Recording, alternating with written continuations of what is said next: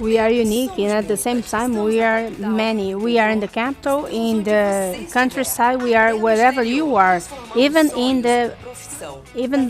abroad, transforming technology, innovation, health and in welfare, knowledge in future, talent and leadership. We transform society. We represent the industry, companies, and startups in whatever they need from the sector A, B, or C, and any other size. And for them, we get unique solutions integrated and personalized because we are many and at the same time only one. So we have to live this transformation.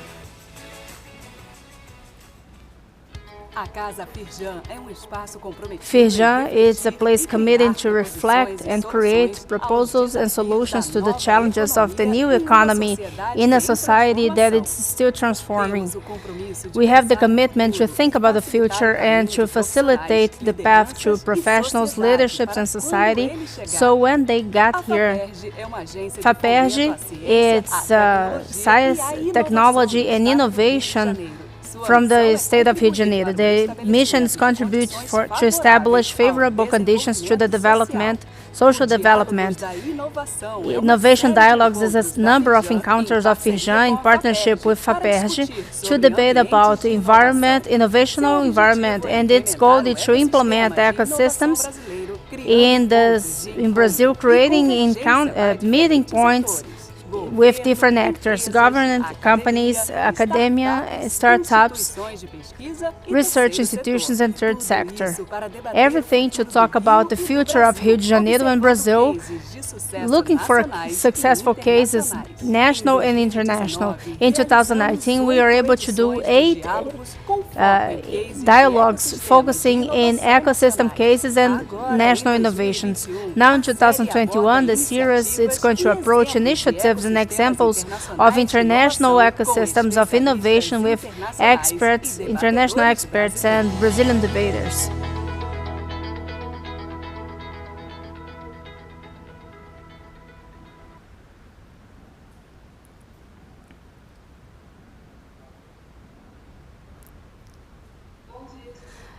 Good morning. I'm sorry I was muted. Welcome. It's a pleasure to receive you here today. This is the last edition of the Innovation Dialogues of 2021. My name is Carolina Jabaribe. I'm an expert from Firjan, and I'm an innovational manager. And Dialogues, as they said in the video, is a partnership with FAPERJ. It's the second time that we do this series.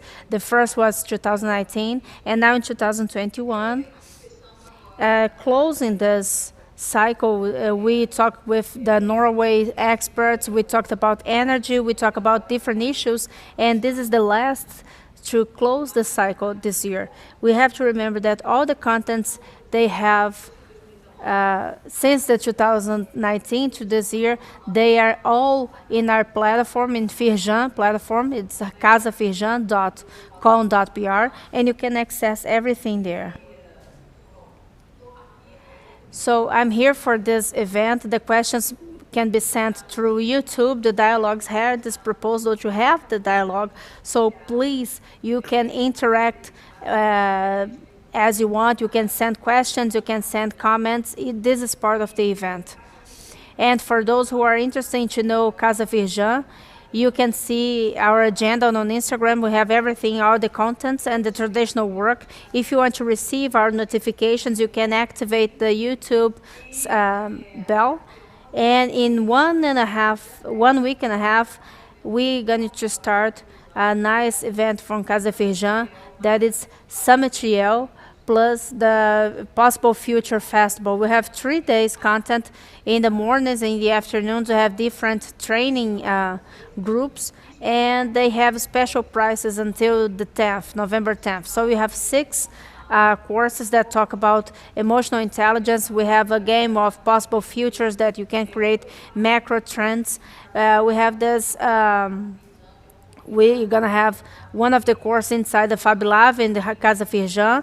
And for those who want to know, can get this on-site course. We're going to talk about digital transformation. We're going to talk about the manufacturing and also about how we can transform this mindset in this time we are going through. Some of them are on site, others are online.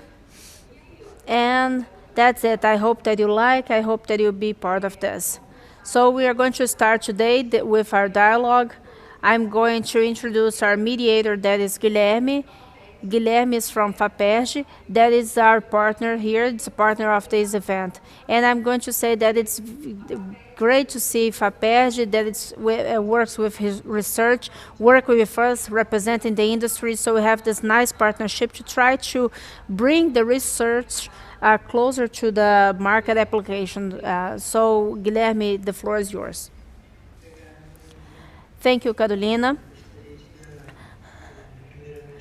First of all, I would like to say good morning for all of you that are here watching us. I would like to thank you for the invitation to mediate this amazing table. It's so important, not only for Brazil, but also for the state of Rio de Janeiro. Also, I'd like to thank in the name of FAPERJ. We are from the technology board, but we say that we should be innovation board, because we are trying to do this bridge between the academy and the productive sector, to be the bridge between both sectors. So our infrastructure of technology, science, and the companies that are represented here by FIRJA. So today we are going to have this debate about systemic politics of science, technology, and innovations that in the last times started to be very important, not only for the research, but also in the public managers around the world, with different names and policies that are guided for this transforming policies and politics also. But I believe that this content of the pandemic showed that how important of the state role is important in the economy to work with this innovation, and brought challenges, but also a series of opportunities to have policies like that. So we are going to talk a little bit about the international experiences, lessons that Brazil and the state of Rio de Janeiro could bring in elaborating and in doing this follow-up, and in the and how we are going to monitor these policies, that in my point of view it's the most important phase. And also we are going to talk a little bit about the state capabilities to develop policies like that. So I'm going to pass the floor to the presenters. I'm going to present here our table in the order that they are going to present themselves. So first, it's going to be Heiner Cattell, that is a political scientist, innovation and governance from the Institution for the Innovation of the University of London, and also in this technological governance in Estonia. After that, we have our national presenter, Leonardo Bulamarque, that is a professor from the economic department from UERJ, the University of the State of Rio de Janeiro. He's also a researcher from Levy Economic Institute in New York. He's a professor of the post-graduation program in strategy and movement of the state of Rio de Janeiro, and also a member of the International Joseph Peterson Society.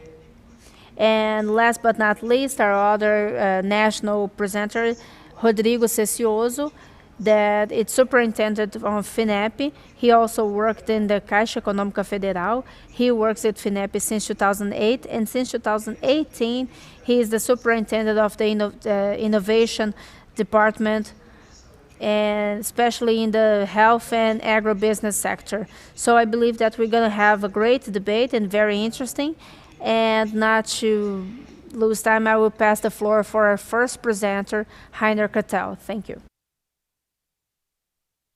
Yeah, thank you so much. And perhaps we can start sharing my slides as well. So it's a pleasure to be here, of course, as always. I think it's great pleasure to debate and talk with my friends in Brazil and Rio specifically, and I'm honored to be on the same panel with Rodrigo and Leonardo as well, of course. So I'll do a very brief introduction, if you will, to the topic, and we'll talk about this, this return of industrial policy, or what I call entrepreneurial state 2.0.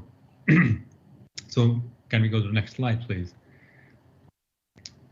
So if you think about what is different from industrial policy from 1980s or 1990s, I think really the key difference is that a lot of the discussions that we're now having around innovation are very much political discussions in their nature, in terms of looking at not only understanding, that we want to have more growth in terms of, not just GDP or exports, but patents and things like that, or publications in the science systems. But we're actually asking what kind of, what kind of growth we need, what kind of innovations we want. And of course, many countries have committed to some form of net zero target for the next 30 to 40 years. So there is this large scale political call for many countries. But of course, reaching that requires structural changes in societies. And structural changes are, of course, always political in their nature. Some people will win, some people might, need to change their professions and things like that. So there is always a political nature these days to innovation discussions, and perhaps as ever before. Next slide, please. And so we see this emergence of. Could I have a next slide, please? Yes, so we see an emergence of what we can call a new generation of mission-oriented innovation. So innovations that tries to solve specific socio-economic challenges. And what is key, I think, on this slide is that it's not only governments. On the left-hand side, you see European Union that is looking to redirect its R&D, science and technology efforts towards specific missions like cancer and healthier cities and others. But also you see on the right-hand side, you see like private companies like, Boston Consulting Group talking about societal impact of companies, that companies should be able to show how they positively impact society. And in the middle, you see private companies trying to set up mission-oriented sort of innovation, but also NGOs, innovation foundations that deal with social innovations, that they're also trying to solve specific societal challenges. So we see that innovation landscape, or industrial policy landscape, is getting much, much wider. There's many more actors in that landscape. Of course, governments are still the key actors, I would say, but you see that there's many more actors around governments. And next slide, please. And we see also that in Latin America, so this is a report from Inter-American Development Bank, authored by Mariana Mazzucato and also Caetano Peña, of course, who works is from Rio de Janeiro and part of the network of economists from Rio de Janeiro. But this is there's also an interesting examples across Latin America, from mining to really looking at diets and food, and trying to direct innovation and technology towards these kind of solutions. Next slide, please. But I think there is there's always a challenge where the countries actually can change their innovation systems quite rapidly or drastically. And here is an example how United States, of course, that always has been very much a developmental state in a hidden sense, that in rhetoric, the United States very often doesn't talk about industrial innovation policy, but of course they have a very strong military R&D and security-oriented investments.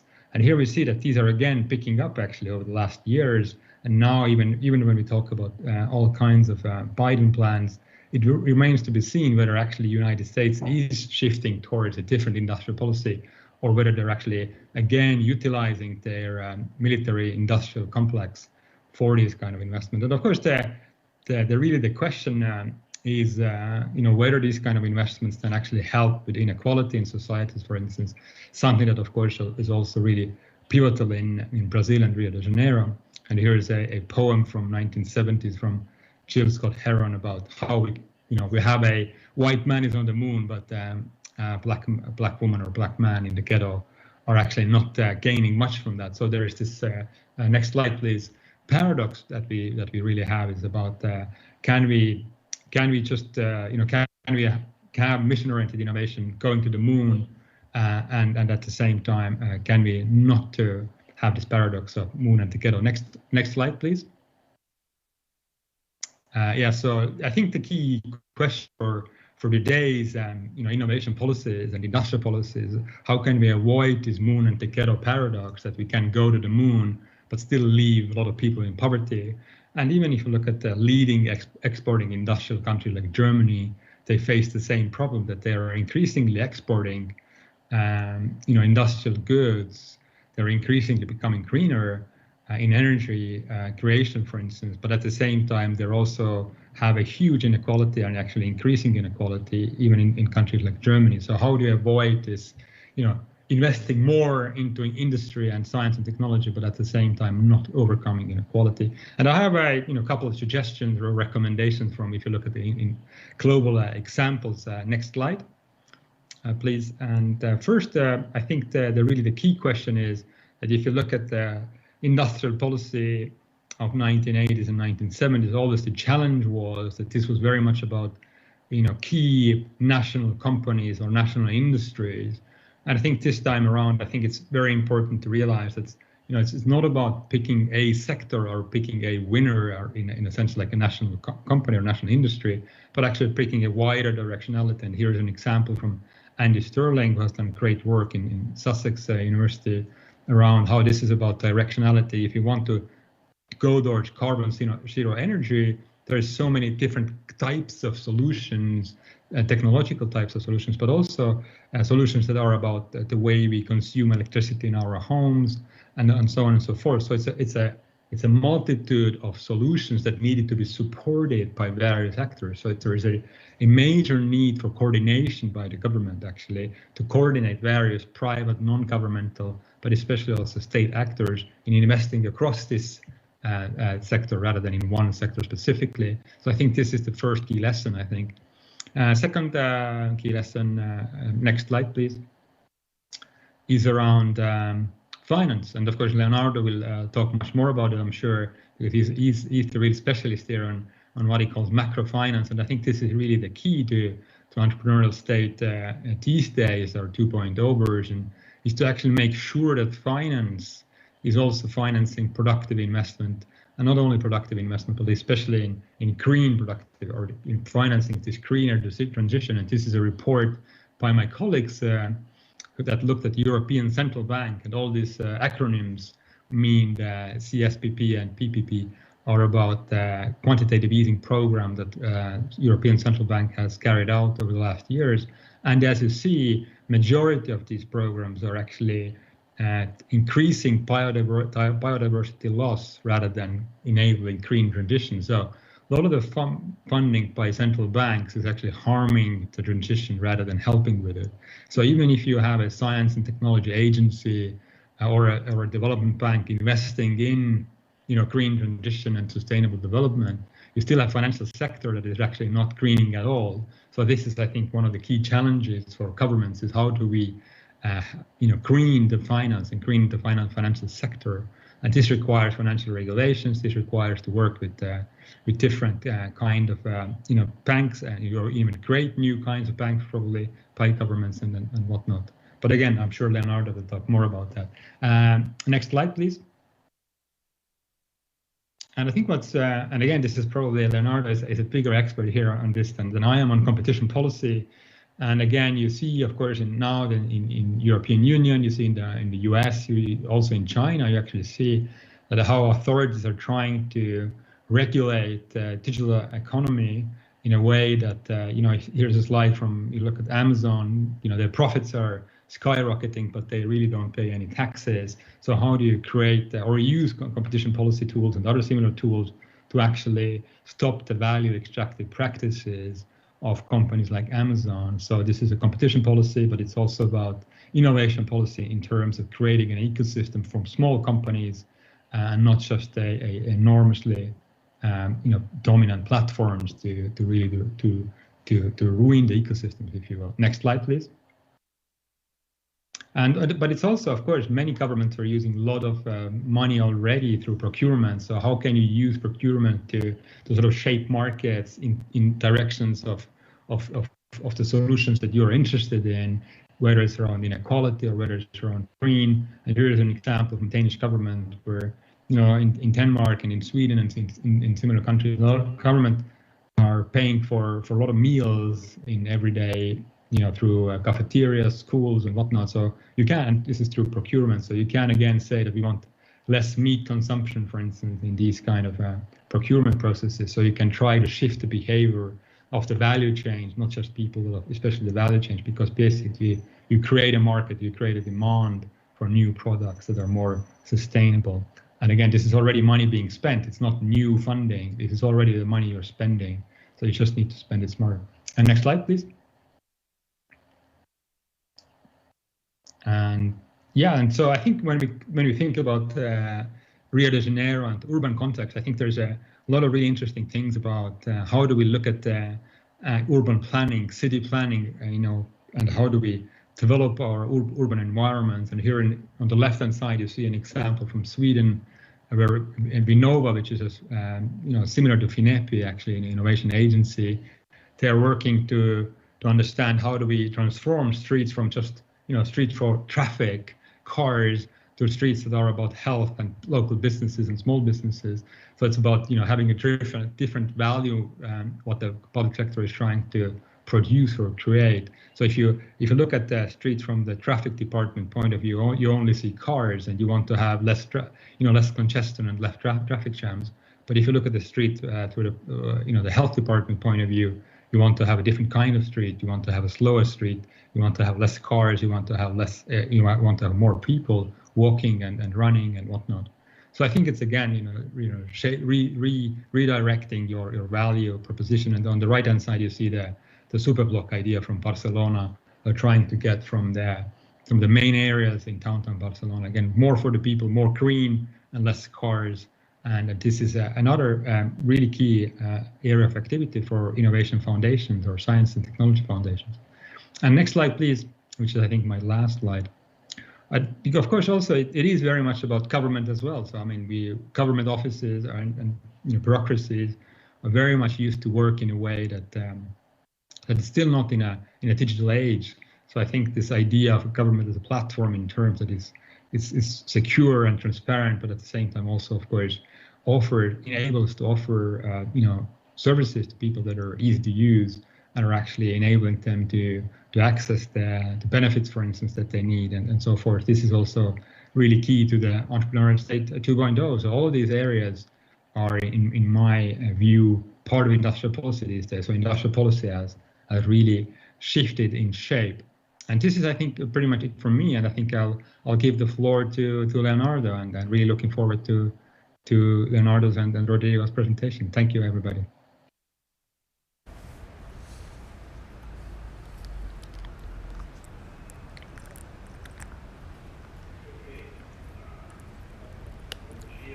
Well, good morning. Good morning, everybody. Hi, Heiner. It's nice to see you. First, I want to thank you for the invitation, Firjan, to be part of this event. It's a pleasure for me to be here with my friends and colleagues for this debate. And I think that it has the relevance of this theme. I think that congratulations to Firjan and also Finepi to be able to organize this seminar, this debate. And I'm going to try to do a connection between the themes that Heiner talked about and Brazil, of course, because it's our fundamental interest is Brazil. So about about the finances I'm going to talk about, but I'm not going to focus in this. Doesn't mean that you shouldn't have talked. That people should not. It doesn't mean that people cannot send questions about this. I'm going to ask you to share my presentation, and you can have an idea of what we are going to talk about here. I cannot see my presentation. Okay. So the idea is to talk about the reflection on sustainable development strategies, and something that I'm going to tell, innovation avenues for Brazil. Next slide. So the first thing that I think I want to get your attention is that here in Brazil today, we only look for, if we look at the past, we only have 2 decades. And when we do that, we are always thinking about how complex we keep thinking that we don't deserve to improve. We have this. We think that Brazil is always wrong. Brazil always get bad results. Is never going to be good. But the last decade, in particular, if you look in the long-term perspective, we had at least 20 or 25 years that we do not grow in a sustainable way. We have there's some phases of growth, but they didn't sustain themselves. But next slide. Once more, next slide. I want to tell you that actually looking back, looking at the 70s, the 80s, we were a Korea once. So what Korea is today, we were. If you take a look in the 80s, that you have this cross point where actually we have the problems that were related to oil crisis, taxes, and after that we have the debt and we have the inflation, and we were not able to come back to stabilize. And we have the stable prices, but we had this concern with the development and the growth. Next slide, please. But we were a China also once. Next slide. If we look at China, up to the 90s, the trajectories were similar. So it seems crazy, but we were China once, in a way that we had this, actually we had a GDP that was bigger, and we have this growth that when China was still going through a complicated phase of the Cultural Revolution, we were growing. And we were growing 10%, 8%, 12%. So everything was erased from our memory. So we have this bad memory of the past. And we have to ask ourselves, but did we grow? How we grow? I'm not going through this history, but I think it's something that we need to rethink. We need to stop looking at Brazil in the last 2 decades, and we need to look in this long-term perspective that we are going to see ourselves in this trajectory and with a dynamic that is completely different than what we remember. When we look for today, when we see today, it's scary because this is something that was in a magazine on September 15. That is a sentence that was from the minister, Paulo Guedes, that says, they say that we do not have an economical plan, but nothing is an accident. We have a general balance program. We are not improvising.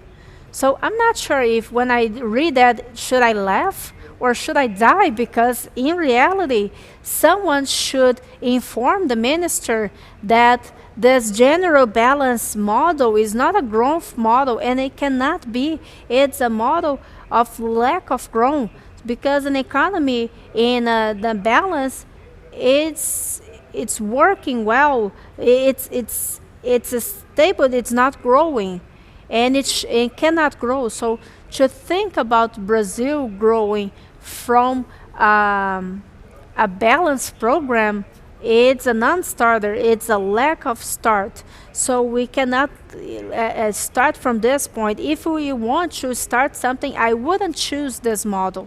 So next slide. It seems a joke, but we need to be serious. We need to talk about development and how we should talk about development. So in reality, next slide.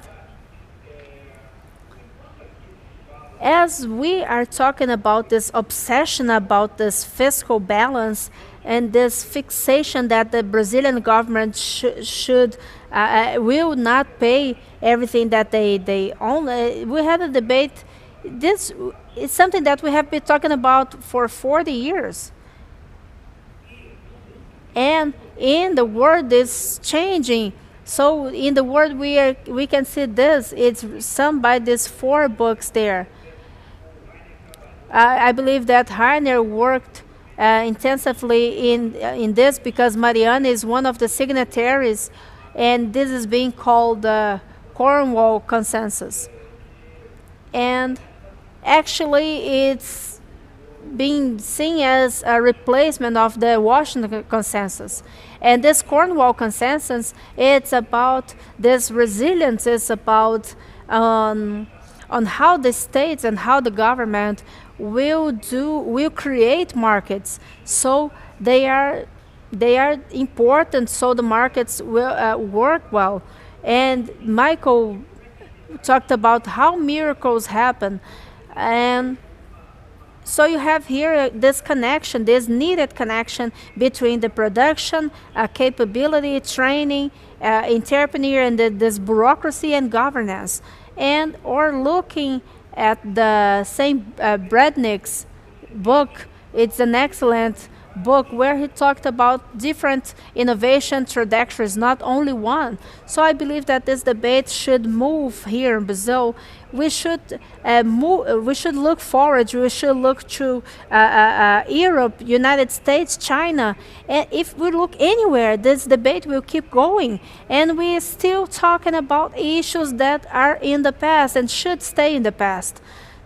Next slide. If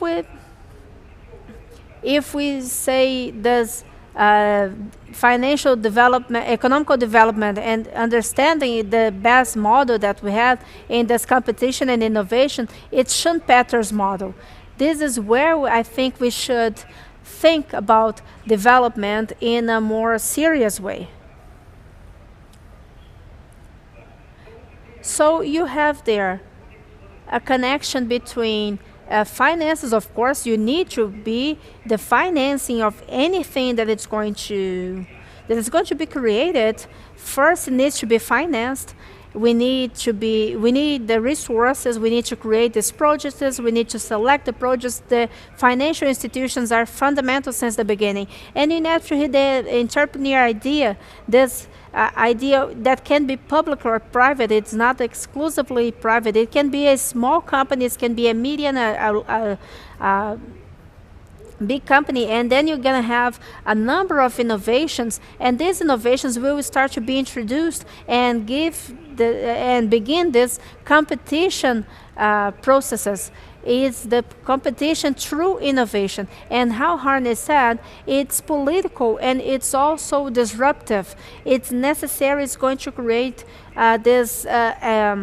it's going to change this economical, social. You're going to have winners and losers. You're going to have. It's a conflictive process.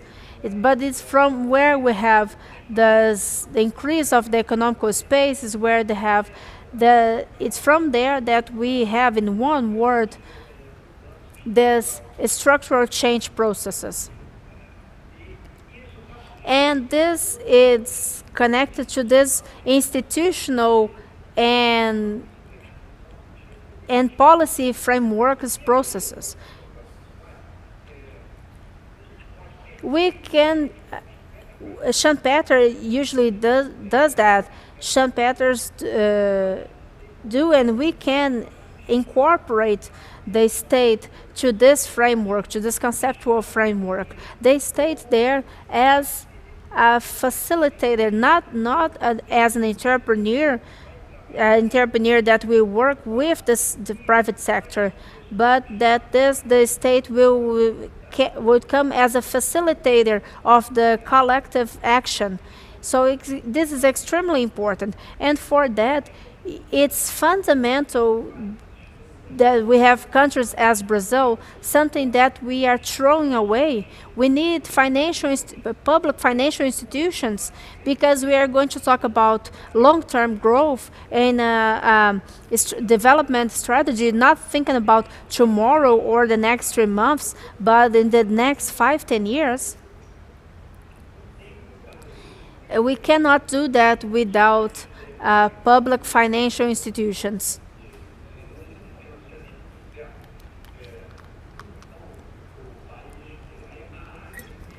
And then Asia can show us that with all the details, but the country that is doing this, that it grows more in the world, that is China.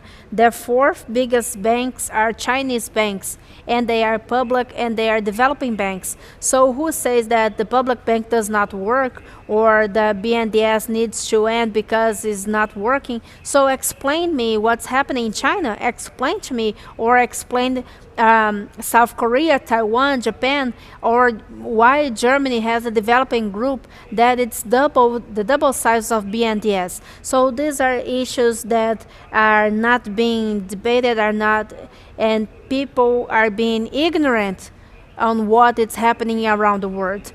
But since that you have this arm, the institutional arm, the state is the central element where you have public institutional, when you're going to have this governance for the public interest, because it doesn't matter to govern only for the private sector. You need this interaction between the private and public interest, because problems as financial instability, environment, social safety networks, pollution, the number of jobs in the economy, those are not things that can be solved only by the private sector. Not even if you... I think he froze.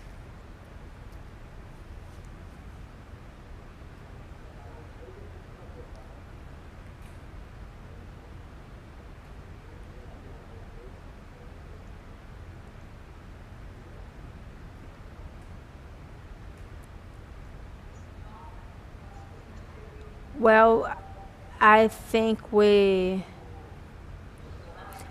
lost Bulamaki.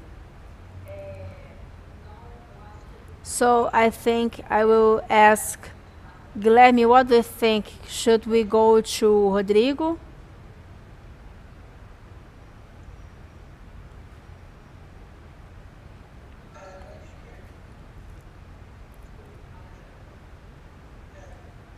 Well, yeah, I think we can go to Rodrigo. Rodrigo, you can continue. I think Leonardo is back. I'm not sure what happened, but I'm gonna try to finalize here.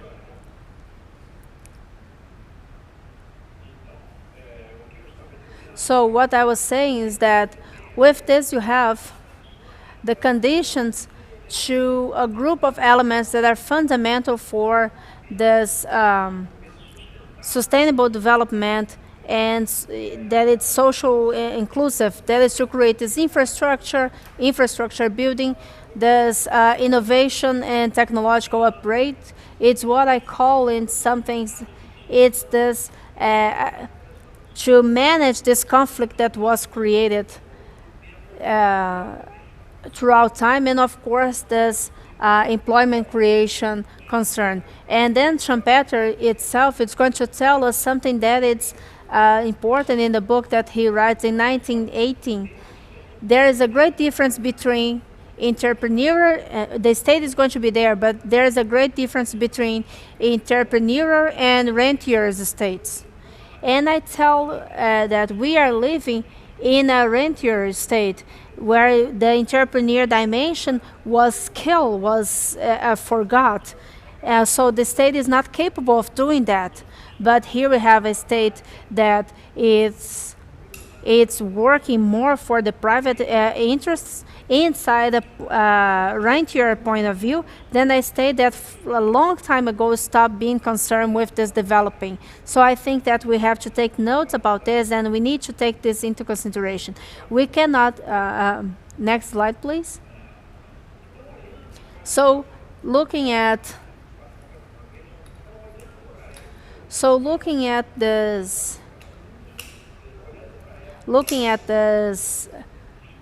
this institutional arm, I suggest that the idea of innovation avenues.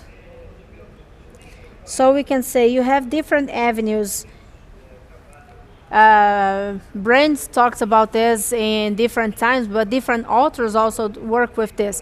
You have different avenues. The first one is the more complex avenue.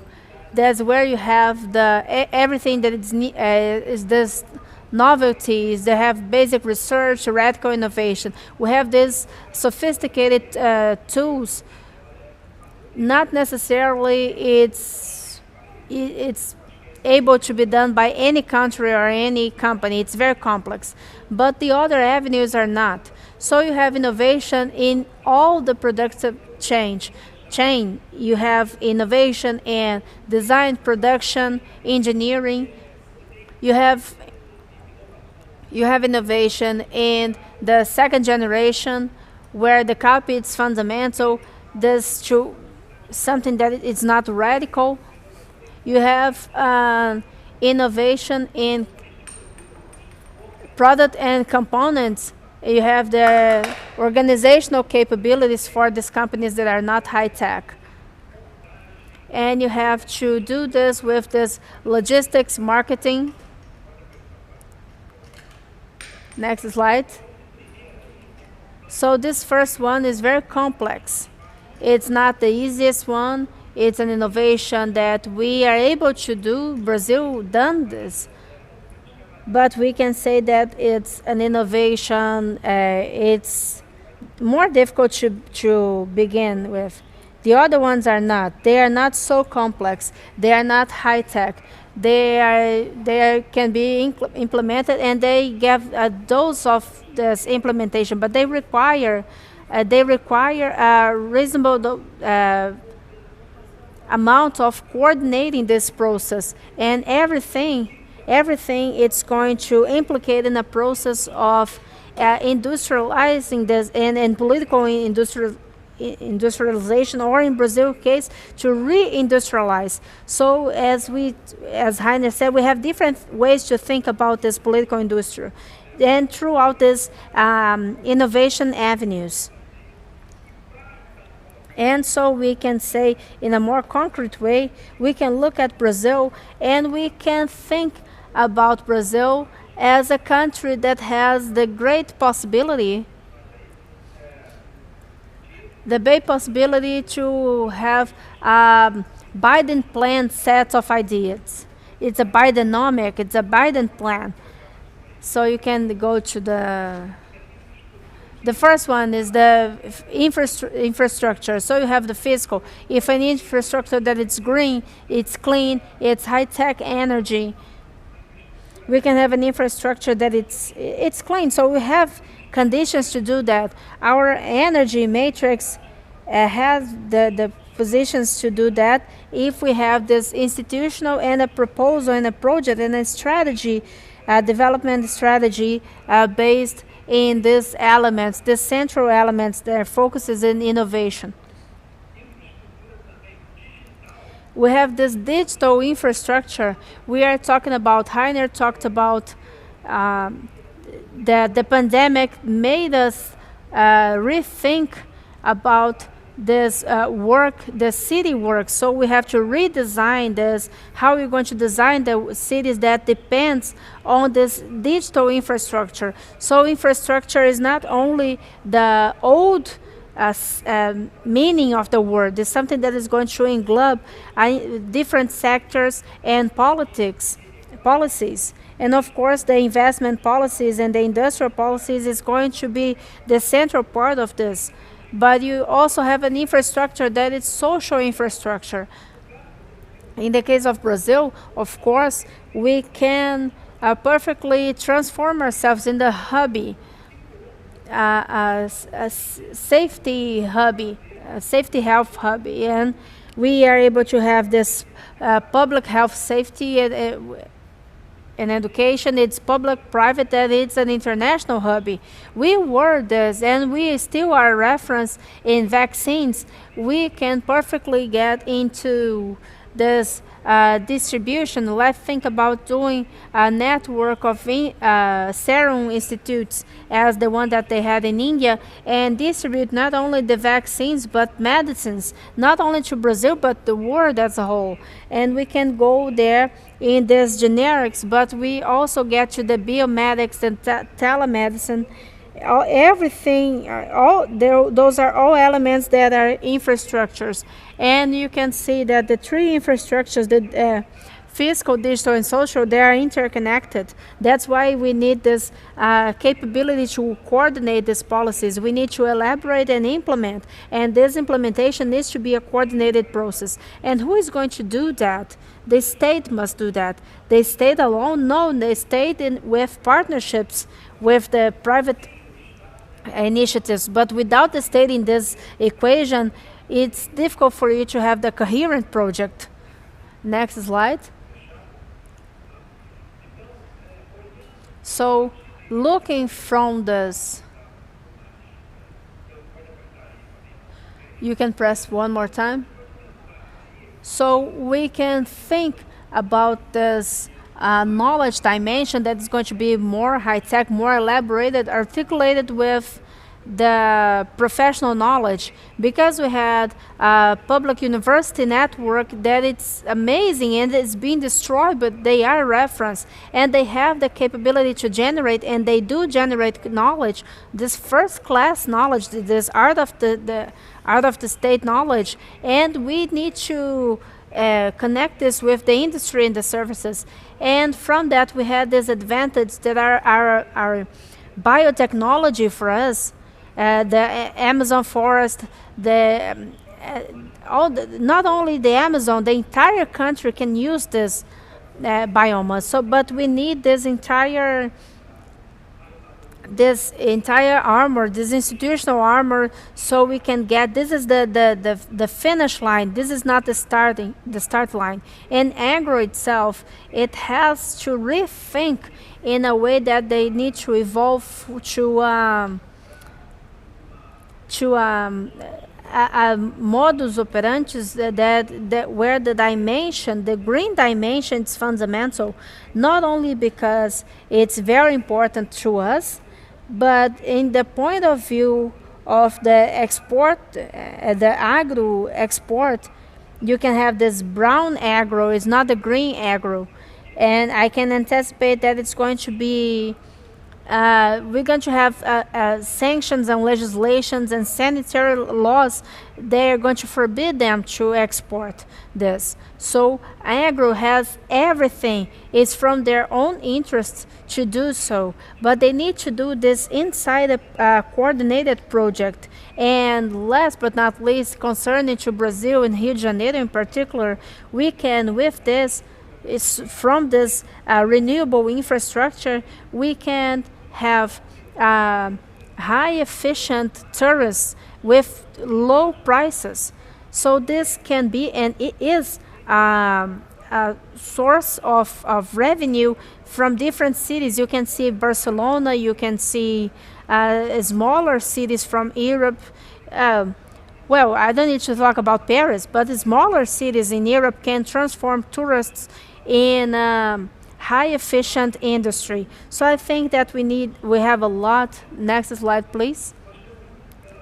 We have a lot to do, but we need this institutional network that are capable to create this. And with this, we have the state and public-private partnerships that are crucial. Next slide, please. So the opportunities and requirements. First, that we need a strategy. You cannot have something. If you don't have a strategy, you cannot do that. You need your strategical partnerships, and China here is a key player to Brazil. It's not the only one, but is a strategical partner to Brazil. As Heiner said, the innovation is political, so we need this political coalition or the sustainable growth and something that is going to be inclusive. So you need to have this coordination. You need this coordination between the ministries, the agencies, the state, and the state will be the facilitator of this growth. True that we need an administrative reform trying to strengthen this bureaucracy. This is fundamental. We need something. We do not need a Kafkan bureaucracy where nothing works, because they are destroying bureaucracy. This is not a mystery.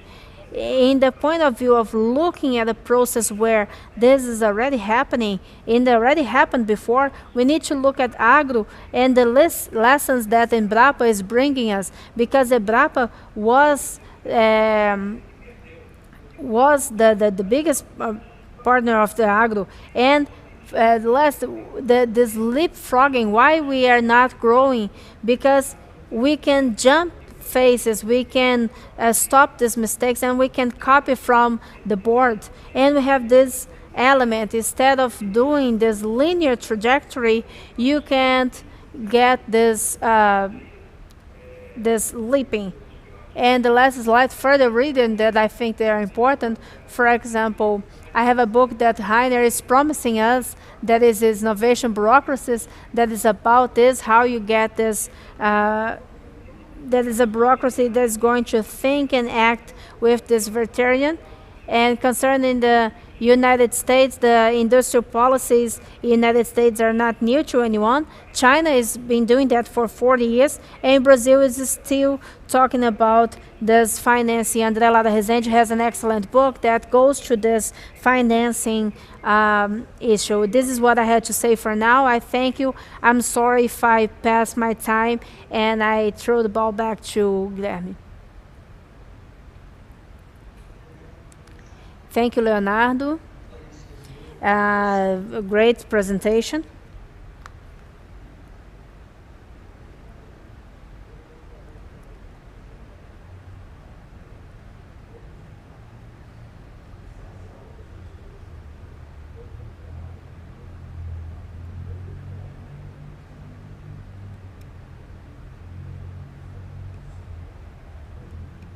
I think they all froze.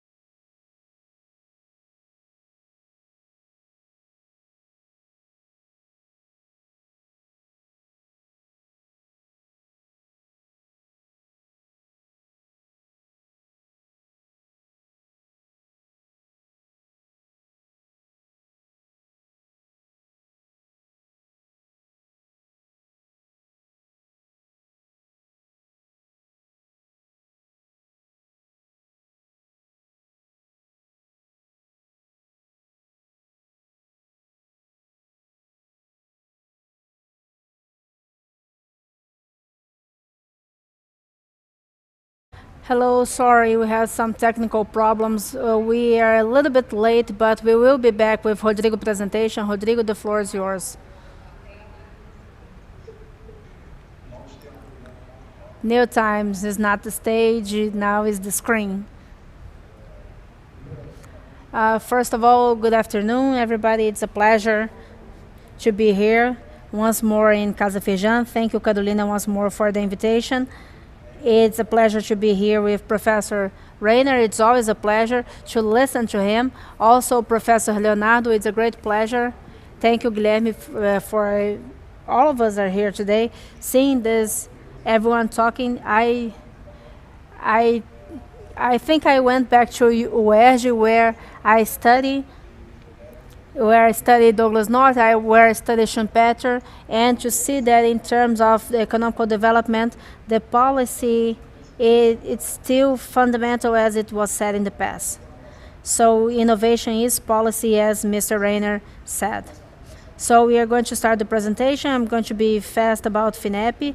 I don't have a lot of time. I have an institutional part, and I'm going to my presentation. So FINEP is a public company connected with the Ministry of Science, Technology and Innovation. It's focusing in the impacts in Brazil. It's an institution that had a diversity of funding and tools to go to this national system in science, technological innovation. When we are talking about the research, to the ICTs and universities, to the production and the introduction in the market. So we have this reimbursement finance to the companies going through this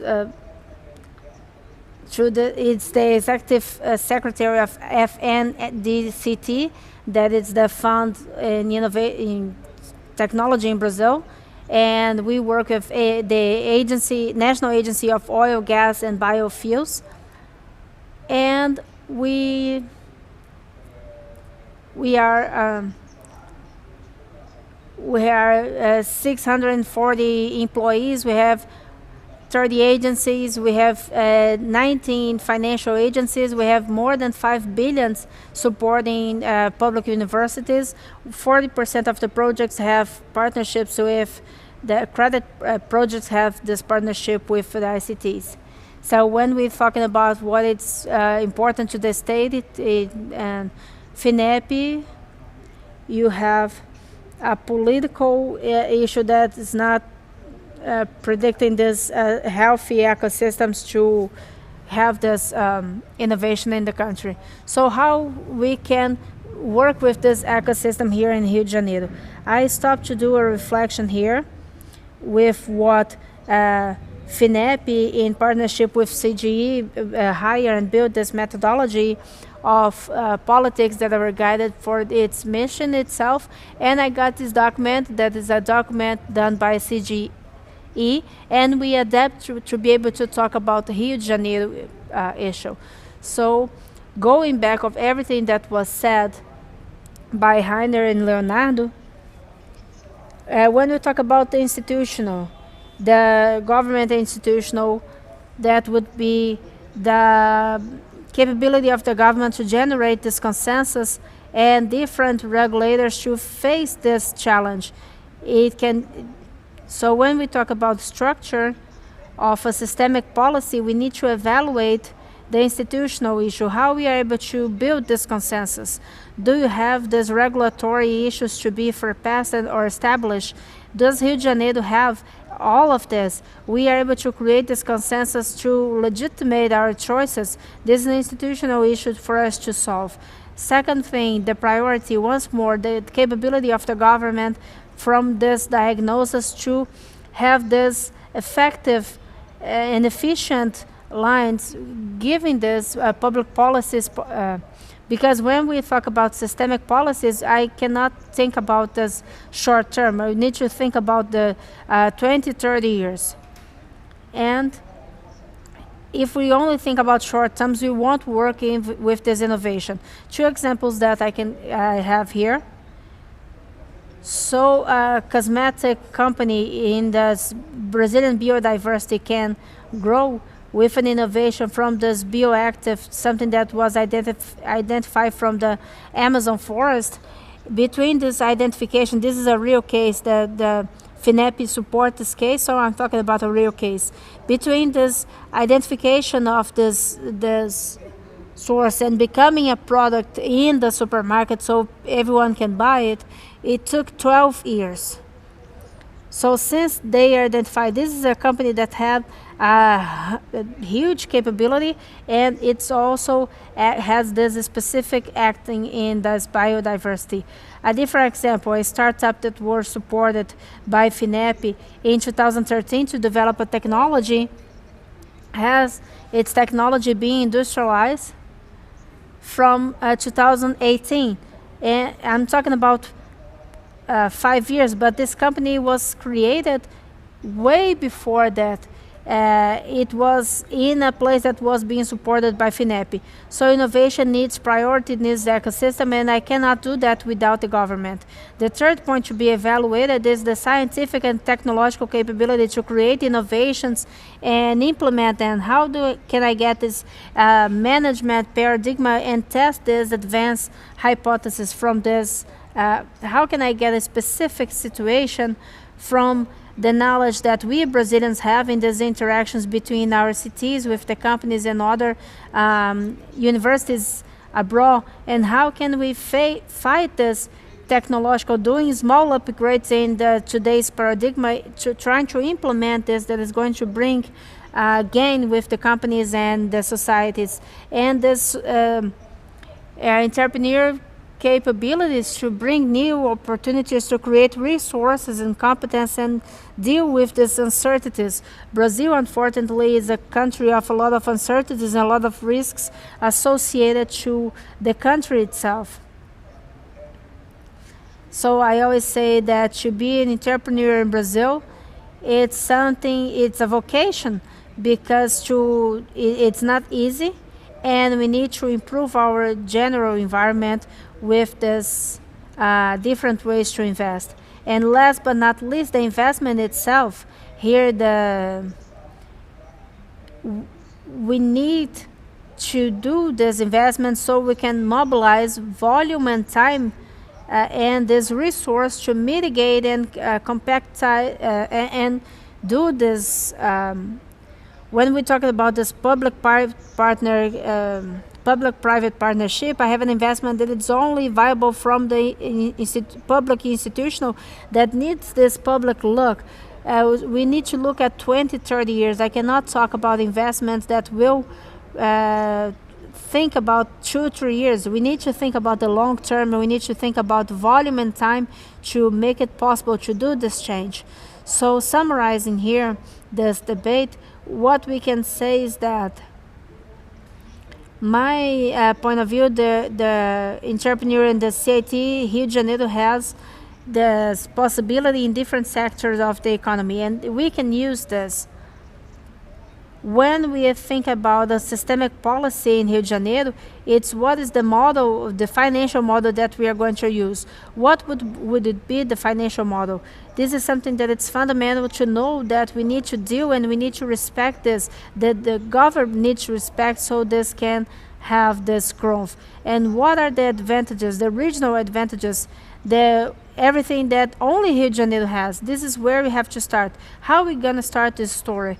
Because we cannot start doing everything at the same time. We have social problems, we have instability problems, and how we get everything and choose where we are going to start from. What are the main challenges in Rio de Janeiro? So what are everything that we can compare and make it available? And this is a debate that it should be done, and it's going to get to the institutional and governmental sphere, so everything is clear and transparent for the companies and for us. Because if this is not clear, I cannot have this systemic growth. Otherwise, we won't have. Otherwise, we'll change in each government. So what Rio de Janeiro already have that we can use? So Brazil has a population Rio de Janeiro has a population of 17.1 million people. It's the third one in Brazil. And this means that it's the second population. So the state, it's a small state if you look at the area, but it has a huge population. I'm saying that Rio de Janeiro has this market capability that's very interesting. We had this academic formation that is very interesting. The master degrees and doctorate degrees that we have is 9.2 and 3.6 per habitant in Rio de Janeiro. It's the second one in Brazil. The GDP in Rio, it's 10.1% in Brazil, so it's the second in the country. I'm saying that here you have the ability, the history ability to start this a systemic policy of with new deadlines and innovation. We have big institutions, and we need this consensus. We have the oil and gas industry, FINEP, BNDES, we have Alerj, we have FAPERJ, Firjan, everything is in Rio representing the entrepreneur. We have the IBGE, Invest Rio, AGE Rio. So we have the institutional governmental base here, the scientific and technological capability. Rio de Janeiro has a number of cities of innovation and research institutions that are relevant in Brazil. We have UERJ, Cefet, Ciência. So we have centers that are referenced in Brazil. We have Fiocruz, we have NT. So we have the scientific and technological capability to have this debate. About we have Petrobras, Furnas, Shell, Epsol, Enel, Grupo Globo, Energia, TIM, Embratel. So you have a group of companies that are relevant nationally that are located here in Rio de Janeiro.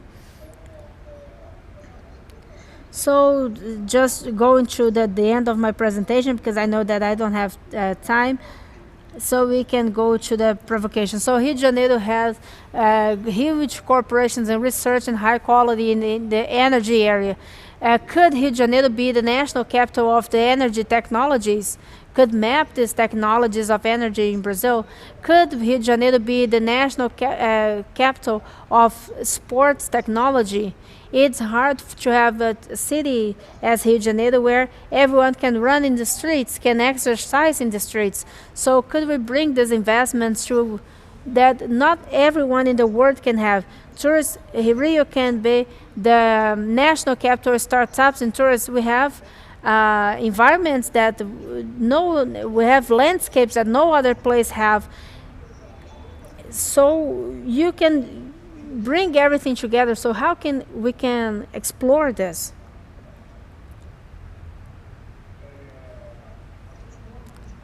We have the biggest communication groups. We have the Museum of Tomorrow. It can be culture, can be media, can be logistics, telecommunications. We have a lot of interesting things in this part. Health, regenerative medicine. So we can work in health and life quality as a challenge. It's not something that we cannot do because we have startups, we have unicorns that came from Rio de Janeiro. So it's not something that Rio de Janeiro is not able to do or cannot do. We just need to generate this census and we need to generate this capability and use these opportunities that Rio already have so we can start.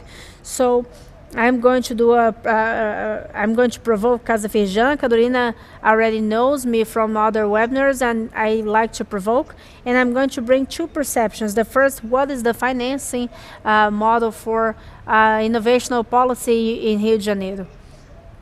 We have here the FAPERP, 2% of the tax revenue in Rio de Janeiro, and this needs to start.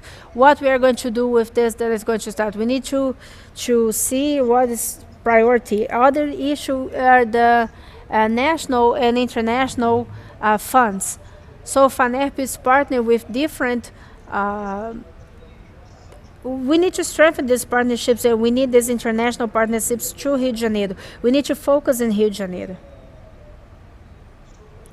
And about the regional vocations and comparative advantages, I talk about sports, I talk about culture. And the question that comes from this comparison it's the challenges that we need to surpass in the sectors, because policies, to do politics and policies, it's doing choices. So we are going to explore these specific segments, specific sectors. This can be the object of another webinar, not debate with experts, to talk about what Rio de Janeiro can bring and what the challenges that we can complete in the sectors. So this is what I wanted to present, to bring here today, and I'm available to continue this talk. Thank you.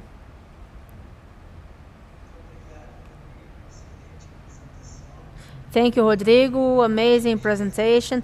I think that 3 presentations were interesting and they complement each other. Heiner brought a perspective, a broader perspective about the new generation of innovation policies and the role of the state. Leonardo brought how this can bring the opportunity to Brazil, and Rodrigo closed on how Rio de Janeiro as a state can use everything. And of course that Rio de Janeiro alone has its limitation to have this broad policy of missions in a way that Heiner brought, because it's a federative unit and have structural issues that need to be solved nationally. But we, for sure, we can think in a more strategical way due to the assets that we have here in the state. Our time is short. Julia has a question, and Julia has sent a question, and Julia asks how the small and medium companies can think on how they are going to innovate to improve their production, if they are so concerned with the daily problems, especially in this economical context, because we have a slow economy, high inflation, high taxes. And I would like to bring the case of Rio de Janeiro once more, because it's the area that I research also. And maybe to send this question to Heiner that started this presentation on what are the challenges, first of all, to build this state capabilities, and how we are going to promote these policies with the society. Because as Rodrigo said, they are policies, they are long-term policies, as the government, as we have only 4-year government, and they are only thinking in the short term. And in the time that we have an asset like the oil and gas money that makes Rio de Janeiro, how we can release ourselves from this gas and oil money, making society understand how these policies can be legit, and thinking about the medium and long terms with the investments in state capabilities. All of you can answer if you want. Thank you. Thank you. You can answer, giving the final consideration. Start, so, and then give floor to Leonardo and Rodrigo as of course local experts.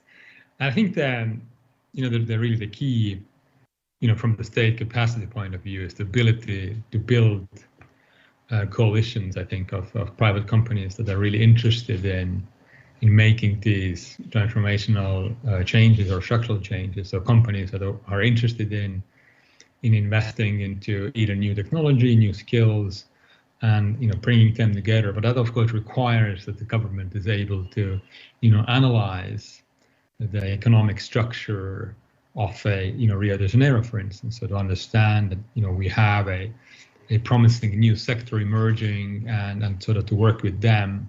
That is really, I think, where I see the key. But of course government also needs to have the political capital to do that. So you need to build legitimacy. So you need to be able to convince the audiences, the people, through elections, but also through engaging in different ways. So I think these three things are from the government perspective that for me are really key But yeah, I'd like to hear what Leonardo and Rodrigo want to add here.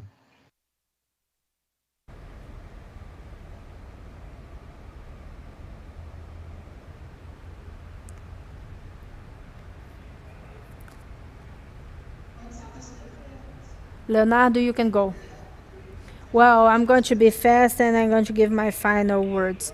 I think that, first of all, we cannot think about everything that the three of us said in this political and institutional environment that we are living in. So we cannot do that because two elements that are fundamental are, first, this political coalition of the sustainable development and social inclusive.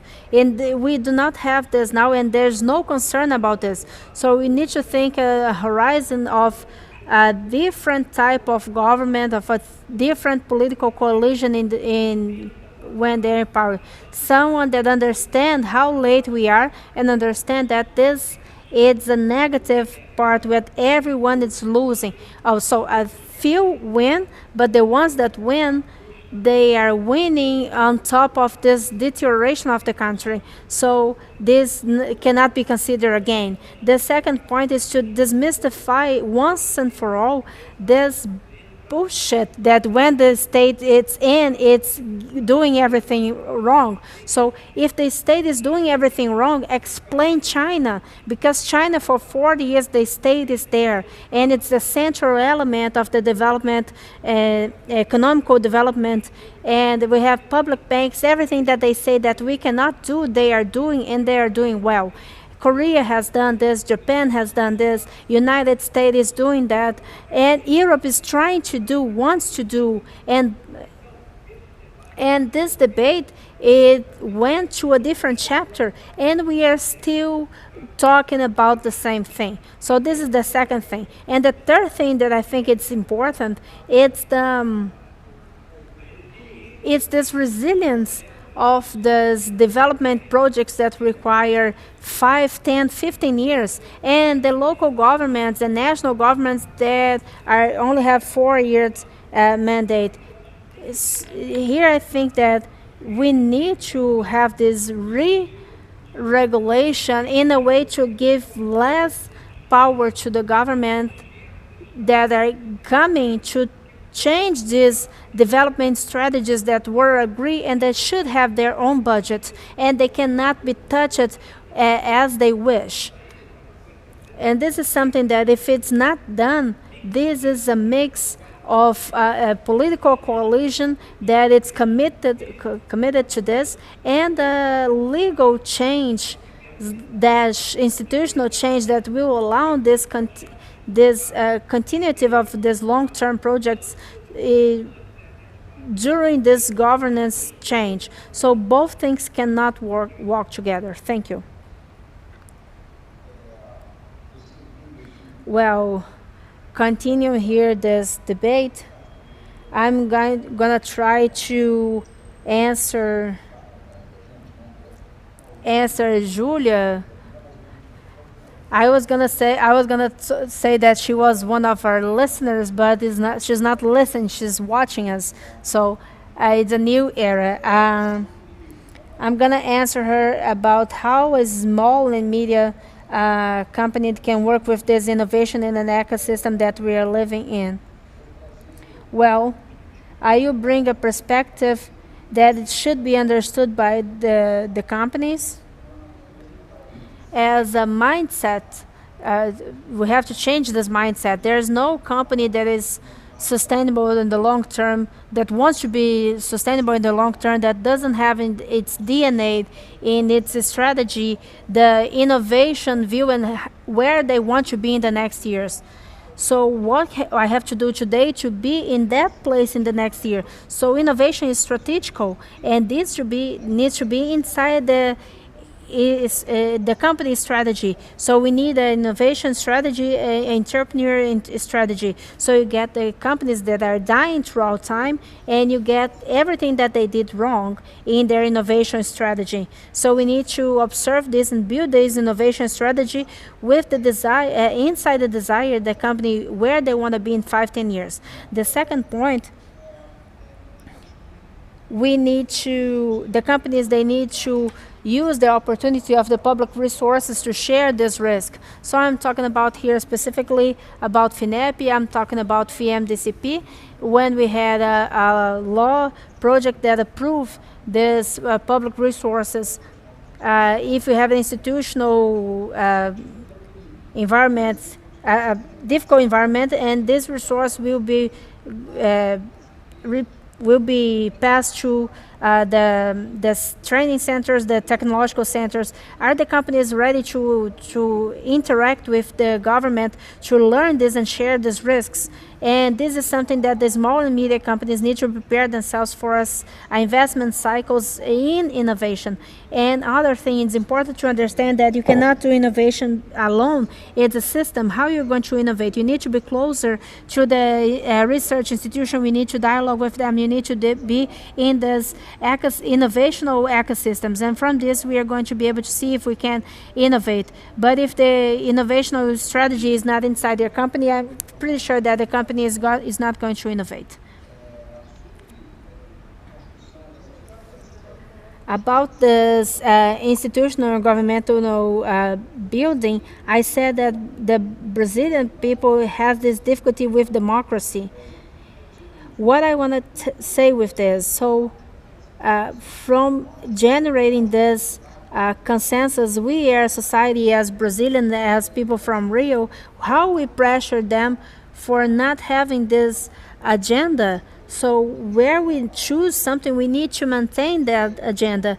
How can we pressure the institutions so they can maintain that agenda? This happens in the legislative and during the elections.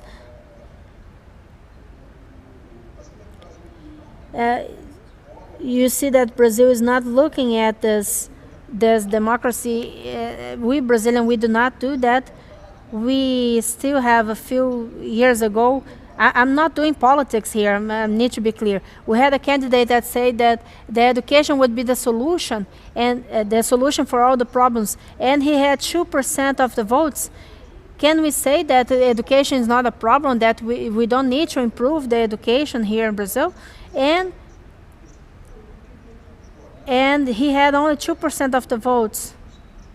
How can we get as a society to generate this pressure through the political and existing policies that we had? When we are going to choose new governance, when we're going to choose new presidents, what are their proposals for energy, for zero carbon? We need to pressure them during the elections, and then we need to pressure the legislatives where they're going to talk about these public policies, where they're going to talk about this the budget. We had recently in the American government, the American Parliament changing this educational budget because they had this debate, and we need to repeat this positive experience, how we are going to pressure so we can have this strategical based on the positive diagnosis and in this social consensus. We need to do this democracy with the legislative and the executive. So from my part, it was once again a pleasure to be here with you. I hope I contributed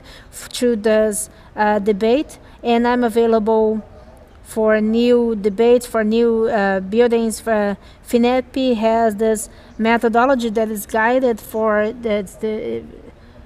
it's oriented for this new innovation technology, and we can help Rio de Janeiro in this new construction. Thank you.